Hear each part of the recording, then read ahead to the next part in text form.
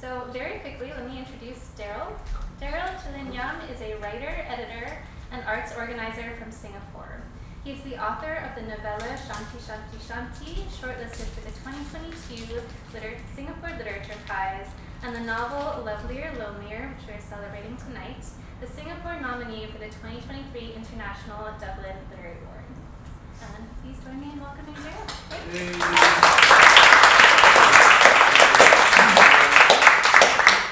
As she mentioned, I'll be reading, but first of all, thank you all for showing up.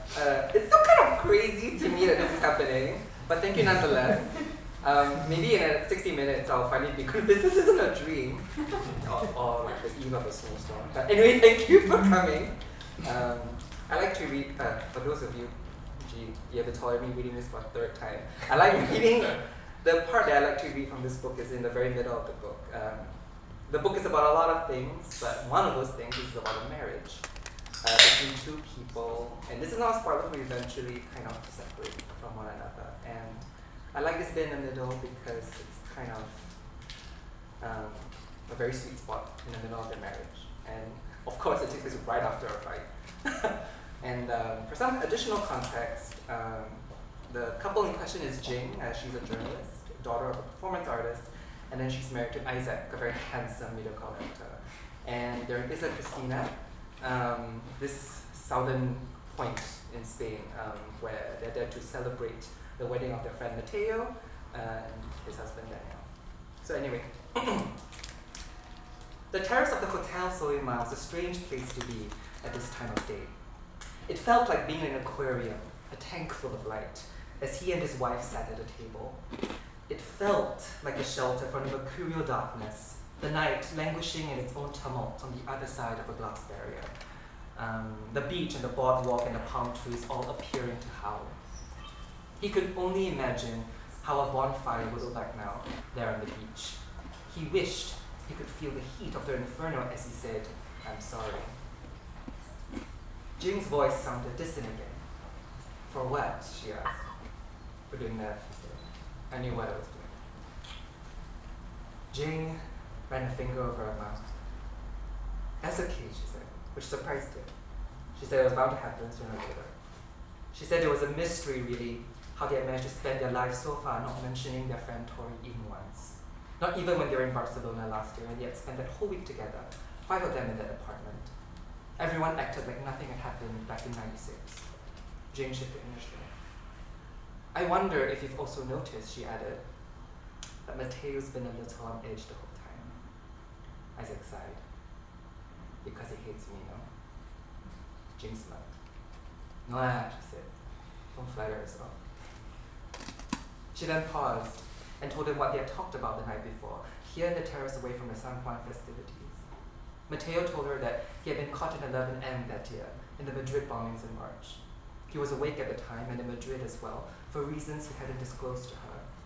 He was about to pass through the ticket gates of a metro station when the bombs went off, all 10 of them, a sound that knocked him back, making him momentarily deaf. And then, well, Jing said, a really selfish thought went through my mind. "What?" said Isaac, and Jing smirked at him again, but with a sadness in her eyes this time. "It made me think that this wedding, really, is just a response to what happened in Madrid," she said. "It made me wonder if their marriage is going to be just like ours." Isaac's hand curled into a fist against his teeth. He asked his wife if she still loved him, and Jing nodded, afraid as though by his need to even ask. "Of course," she said, "of course I do." And as she reached her hand out to him, he found that he had to unclench his fist in order to take her hand. Once he did that, she brought him in, the two embracing one another, holding one another, faces pressed into one another's necks as he began to cry. He cried even as relief coursed through him, with the understanding that things wouldn't turn out so bad after all. Things could always be better, so long as they remembered that they still wanted to be in each other's lives. Isaac asked if she might want to walk down to the beach with him. Jing said okay, and they rose from the chairs and left, leaving behind a sanctuary of light that was the terrace. They felt almost giddy, crossing over the threshold into the coastal summer night, where things weren't as dark as it had seemed back at their table. They could still make out the grass and the footpath and the foam on the waves crashing by the shoreline. There was still a rouge tint in the sky too, while the sand remained grey and soft beneath his feet. And as they walked, he could feel the magnitude of their problems lessen, reduce, shrink in size. He wanted to ask Jing, for instance, about how she might still be grieving the loss of her mother, or about how she felt now about the way that Tori had disappeared. Instead, he felt as though they now carried a film of the light they had just left behind, wrapped around themselves like a divine shroud against the wind, the very elements that buffeted against their very selves as they linked their arms together, still making their slow way across the beach. But it was Jing who'd asked Isaac about the problem he alluded to earlier back at the Puerto. She asked him about his stealing, and he told her a summary of the conversation he had with his manager more than a month ago. He told her that the reason he'd been freer lately was not because he was in between projects, but because he was being made to stay quiet, keep a low profile, avoid all interactions with the media. She then asked if there had been a notable resurgence in his habit this year, and he said, yes, it's true, there might be. She asked if it might have started around April to be exact, and he said yes, it was possible. It was when shooting for his latest drama was coming to an end. It's Sherry, isn't it, said Jing, your co-star. And Isaac knew, really, that there was no point in denying it. And she said it was okay. She'd already suspected as much, that filming with Sherry again was always complicated and difficult. I saw the article, she said, about her dating that businessman from Hong Kong. And as Jing said this, Isaac couldn't tell if the light they had managed to enshroud themselves in was finally tearing away or not. He then felt someone approaching them from behind, and it was Evan, just standing, walking towards them from the hotel. Hola, he said to the two of them. I saw you from a room. Isaac looked back again at the hotel, wondering if he might see Mateo too somewhere. Daniel placed a hand on his shoulder and asked Jing if he could speak with her husband for a while. Jing nodded. He made sure to kiss her on the cheek before she went away. Even her footprints in the sand felt luminous to him.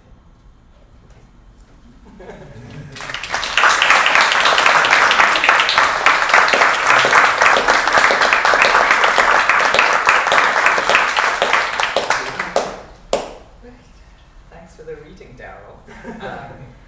And now we're into the interrogation. Yes!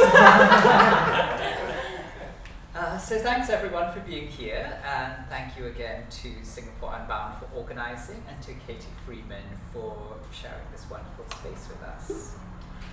Daryl, you've played a significant part in the literary scene in Singapore. You're a co-founder of Siglet Station, a literary non-profit that will soon start publishing. You've been shortlisted for the Singapore Literature Prize. And now you've started making waves further abroad with Lovelier, Lonelier being longlisted for the Dublin Literary Award, and now this US publication. Your work, though, has always had an international dimension. Your first novel, Kappa Quartet, was set in Japan, and now this book takes us not just to Japan and Singapore, but also New York City, Bali, Malaysia, Spain, and at one point, outer space. Yes! So what keeps you rooted in Singapore while your work ranges so far afield? And do you think that's a state of matters that will continue? Yeah, thank you so much for that question. By all means, I do consider myself first and foremost a Singaporean writer. And I guess the challenge for me always, even in like these various far-flung situations, is to kind of continue to find the heart of maybe something Singaporean, perhaps, that I could maybe explore. This whole bit about space, for instance, is actually one of those instances. So this book has a book within a book. It's inspired really by The Blind Assassin by Margaret Atwood, in which there's a protagonist who has kind of a clandestine relationship with a pulp fiction author, and similarly Jing herself also catalogs this decade-long affair that she has with a science fiction author. And the story he's telling her is about how this comet that they encountered in '96 will come back to strike the Earth 65,000 years later or something, and how humanity kind of shapes itself in accordance with that problem.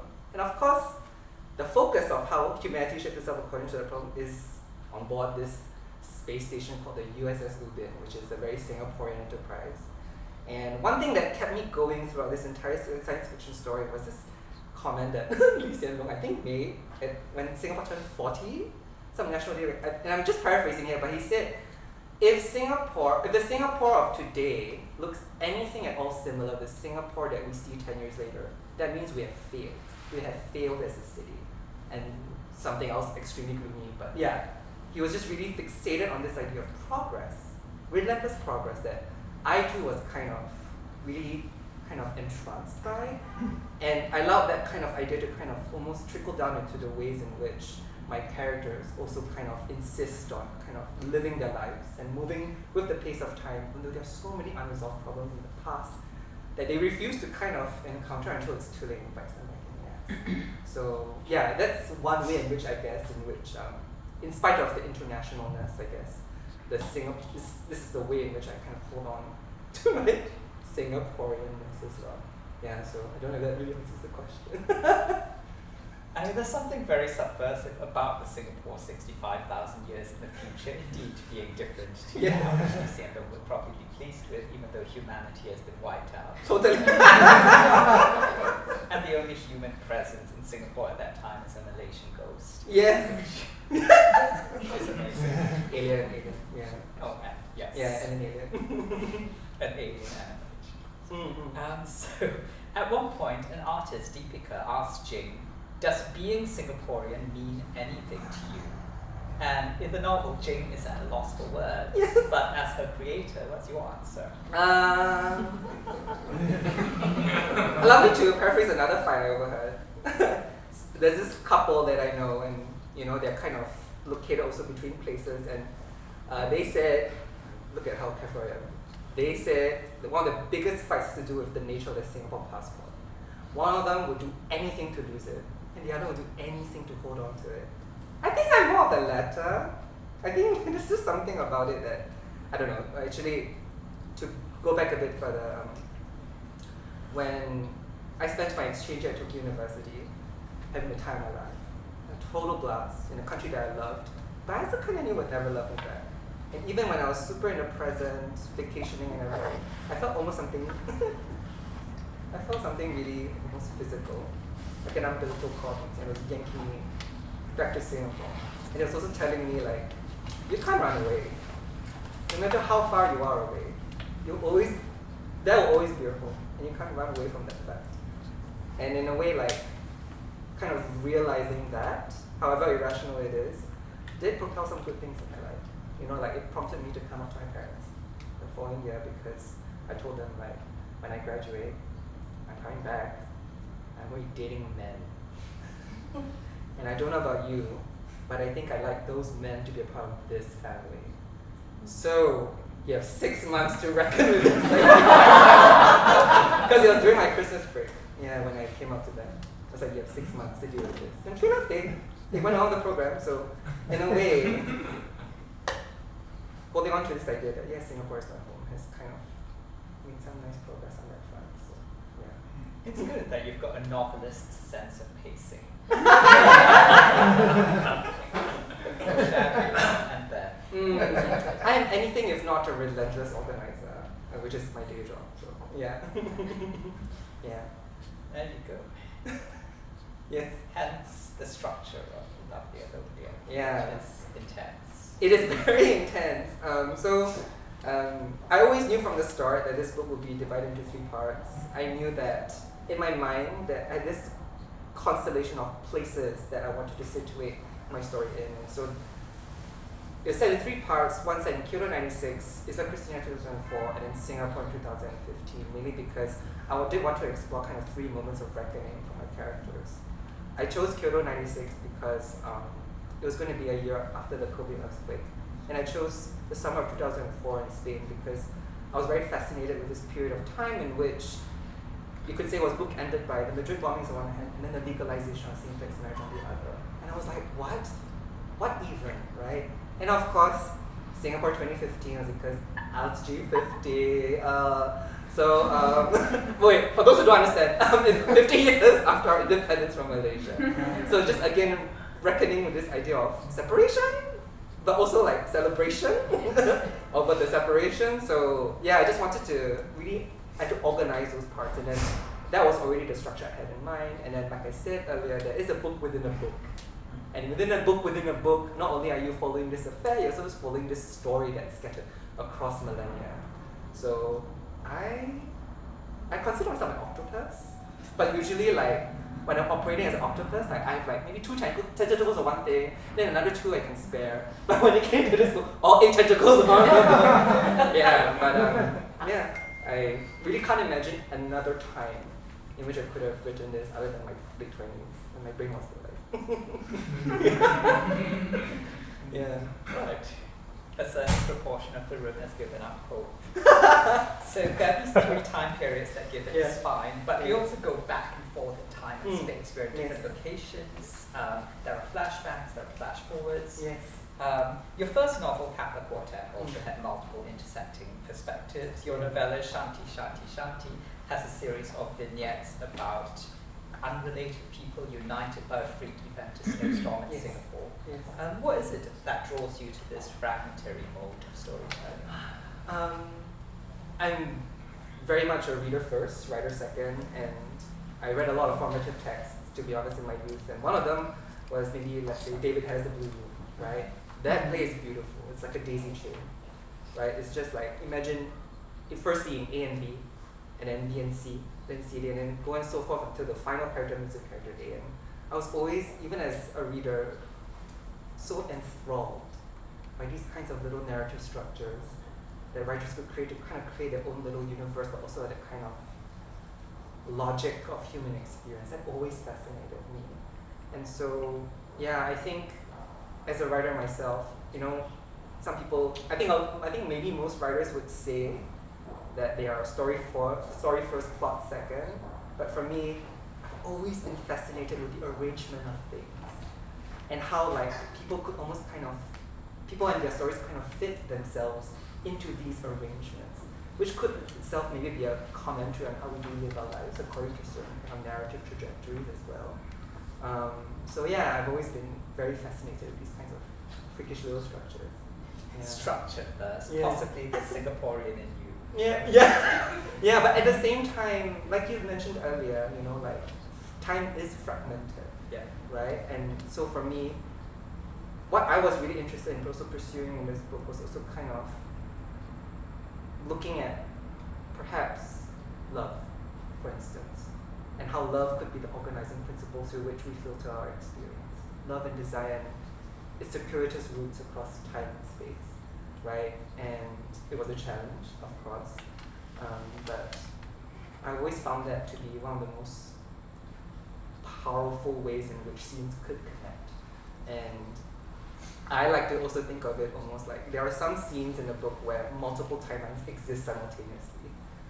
There's a scene that I really love in which Isaac is in the car, and it's like Christina, and as he's in the car, he's actually right now he's taken himself out of this moment and flashbacking to many years ago.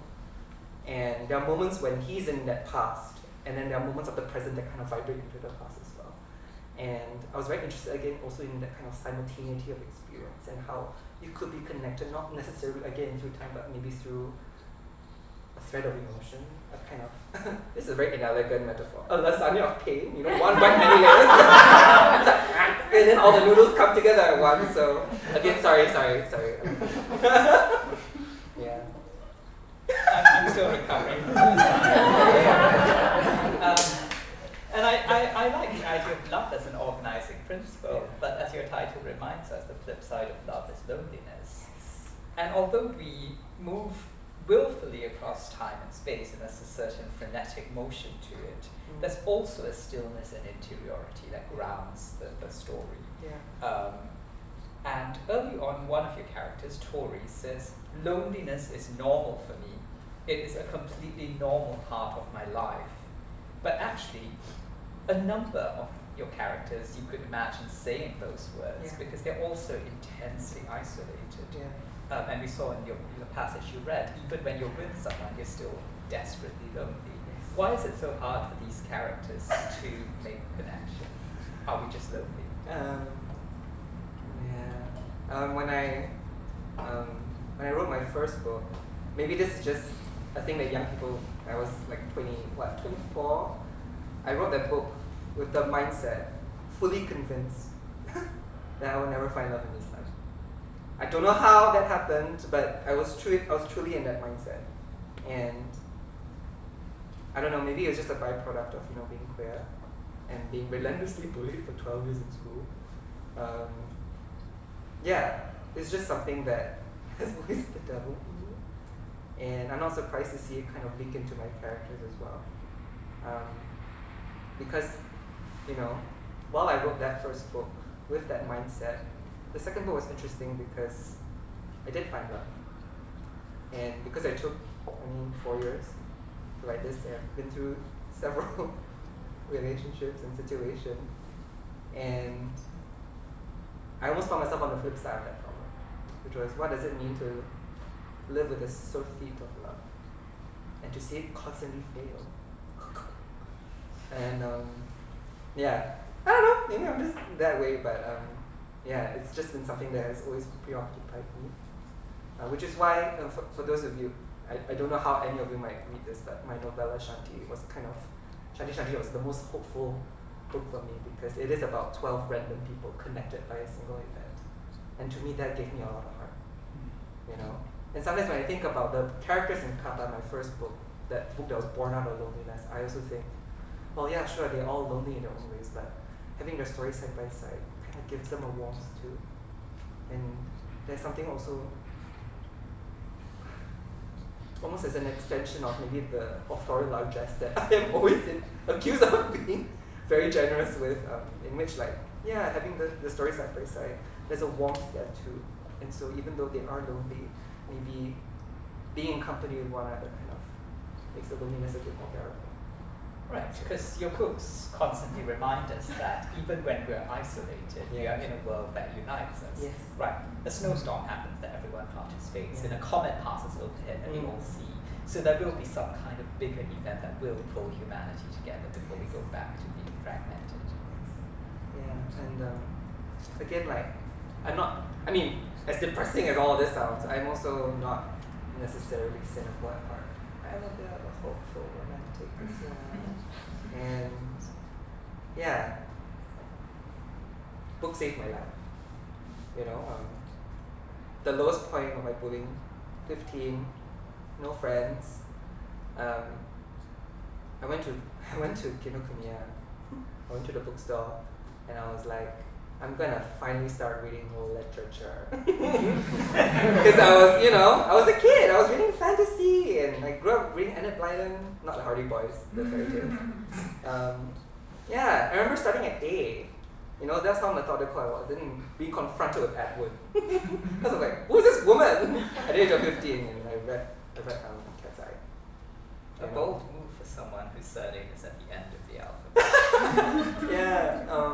And again, her books are depressing too, but there was something about being confronted with the kind of minor sufferings of a lot of authors that doesn't diminish my own suffering anyway, but kind of unites it almost.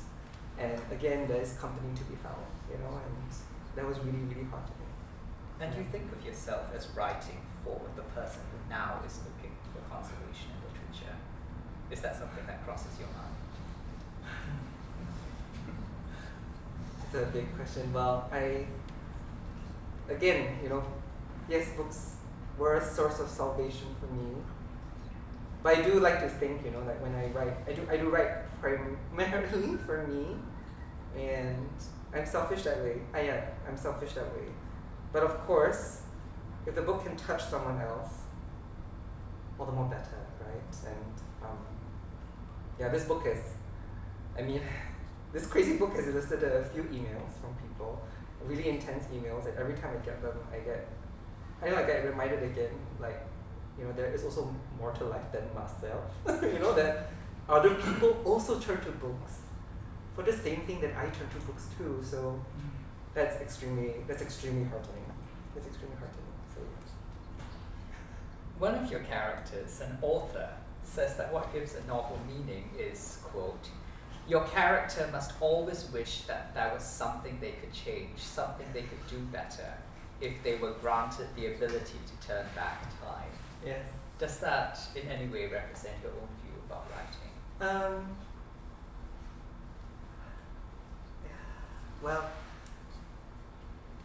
I went to a Claire Keegan masterclass, and she's a force of nature. And she also said, what do you guys think?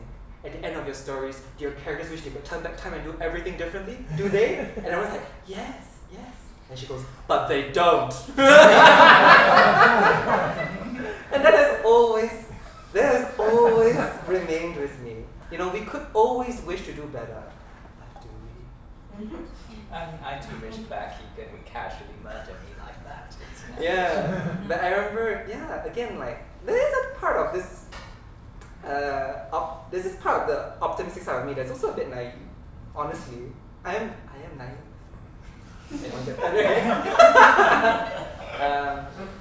But to be reminded that way again makes me go yes, of course, the truth of humanity. So that will be my response to that question. Yeah, for sure. Right. Yeah, your characters experience regret, and there's nothing they can do about it except reckon with it. Right? It's the only way in which they can move forward and not continue to be held back by all the suffering that they've gone through. So yeah. Yes. Which is one of the big questions of the book: how do we get past? How do we move forward? Yes. I was making a class visit to G school, and some of the girls asked me oh, how do you keep note of what your characters are doing at all times and everything? And I say well, something I figured out as a writer is every time I write a scene and there's a character in a specific time and place, I always think, what are the circumstances that brought them here, and what is the desire that's leading them forward to whatever they're doing next? And that's just something I keep in mind too as a person. Again, like I said earlier, I still can't believe I'm here, but I'm increasingly reckoning with the fact that I'm here. And that when I do return to Singapore, I will be extremely heartened by everyone's presence here today. So, yeah. Well, to further ground your experience in the moment, we're going to open up to the room and take questions from the audience. Yeah. Does anyone have any questions? Yes. So this is a question out of complete ignorance of your work. So my apologies. No worries. To start with. I haven't read Shanti, but I imagine Shanti you mean peace. Yes. Yeah. Tell us more. I really like to know more about because the premise is very fascinating. 12 people drawn together by one event. I thought of Rana Dasgupta's novel Tokyo Cancel, which is about 12 characters who are stuck at the airport because the flight cannot take on. So I'm just curious about what brought the 12 people together. Yeah, so Shanti was written almost. I borrowed those words actually from the last 3 words. Yeah, T.S. Eliot. Of T.S. Eliot. Sure. And I was really fascinated by the idea that Singapore in itself is kind of a modern wasteland. Because when Eliot wrote The Wasteland, or rather when he published it, the British Empire was at its height, right? And my interpretation of the poem is this agglutination of all these different voices and all these different cultures. And when I was writing this book that would be kind of scattered across Singapore, I did think, isn't Singapore in itself a kind of modern wasteland? And that specific idea came about when, a bunch of us were just gallivanting around Punggol, which is this completely new neighborhood that came out of the dirt, and there's this station called Samudera, which is the ocean. But again, it was just a wasteland, a literal wasteland. And I couldn't help but think, maybe that's what Singapore is today. If you look at the population census, we only make up, 2/3 of all the people who are actually on that island. And then a huge number of the people who are on that island are in such precarious positions. They're actually part of the wasteland. They're building it, they're living side by side. And so, that was the inspiration. And this idea of redemption also came to mind. I chose 12 because it was the most feasible number. I couldn't possibly do 12 people. It was just neat. So, but Thank you. Yes. Hi, I've just started reading your book and it's incredible. Thank you. I'm just riveted by it. But building on what you just said,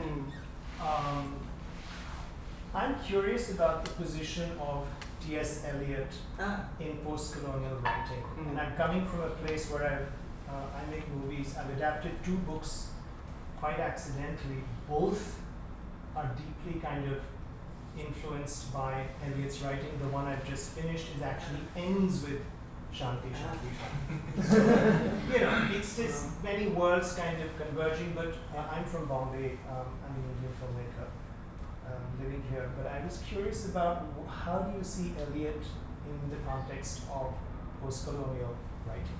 Wow. Well, I'm not very sure to be honest, because I like to appropriate, I like to borrow. I'm not an academic, so I can't really answer that question. But to me, he was a great source of inspiration, for sure. And again, the novella wouldn't have existed without him. So maybe that in itself is an answer. Yeah. Any other questions? Yes. So, a few people, including myself, when I first read the book, I was like, oh my God, Murakami-esque, right? Yes. And it's all this, can you talk a little bit about the influence of Murakami? But also I'm curious about how you brought in sci-fi into it, and why is it that your decision to make genre, and, how has that been the response to that? Yeah. So I started from A, right? So I obviously moved down the shelves. So after A, I think I hit Michael Cunningham. Then Michael Cunningham, I hit David Mitchell. Then right next to David Mitchell, Murakami.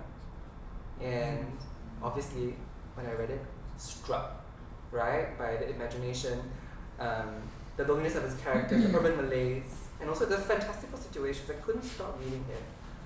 Again, teenage me, right? And so, of course, I've dedicated myself to kind of magical realism as a genre, but I think my editor, Jason, I remember from Epigram, he's a speculative fiction writer. And sometimes when he edits my work, he comes up from it from a more traditional lens, like, because he writes fantasy. He doesn't write magic, he writes fantasy. Sometimes he's like, why is your world like this? Can you explain? Yeah. In my mind, I kind of figured out this kind of almost continuum of experience in which the science fiction isn't actually science fiction, it's just a way of projecting into the future, right? And of course, there is a work of imagination involved, but I did try to kind of think about what might be most realistic. I guess there are no laser beams. Actually, the science fiction is on a space station that is so huge and heavy, it just goes from from the moon, and then goes to maybe I don't know how much distance from Mars, and it's actually just a cargo ship that goes back and forth endlessly, retrieving cargo, depositing cargo, retrieving cargo, depositing cargo. It's so tedious. But again, that's how I suppose try to think of the most realistic ways in which humanity could move itself to Mars bit by bit, FedEx shipment by FedEx shipment, So yeah, in that sense, to me, I didn't see it as a kind of genre bending thing. I just saw it really as just a continuum of experience, because the magical realism does kind of appear in the space station some hijinks. But yeah, that's how I respond. Yeah. We want to make sure that everyone has a bit more time and the space to speak with each other as we're hearing from the questions from this conversation. There's so many brilliant people. I want everyone to have time to peruse the shelves as well. And this is Daryl's last full day in New York City, so please join me in giving a huge round of applause.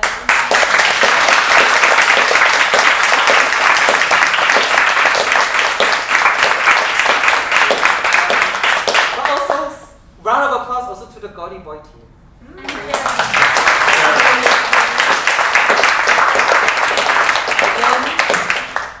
I cannot believe I'm here. I can't believe all of you are here. So, very grateful. Thank you. There are books for sale. Please buy one and send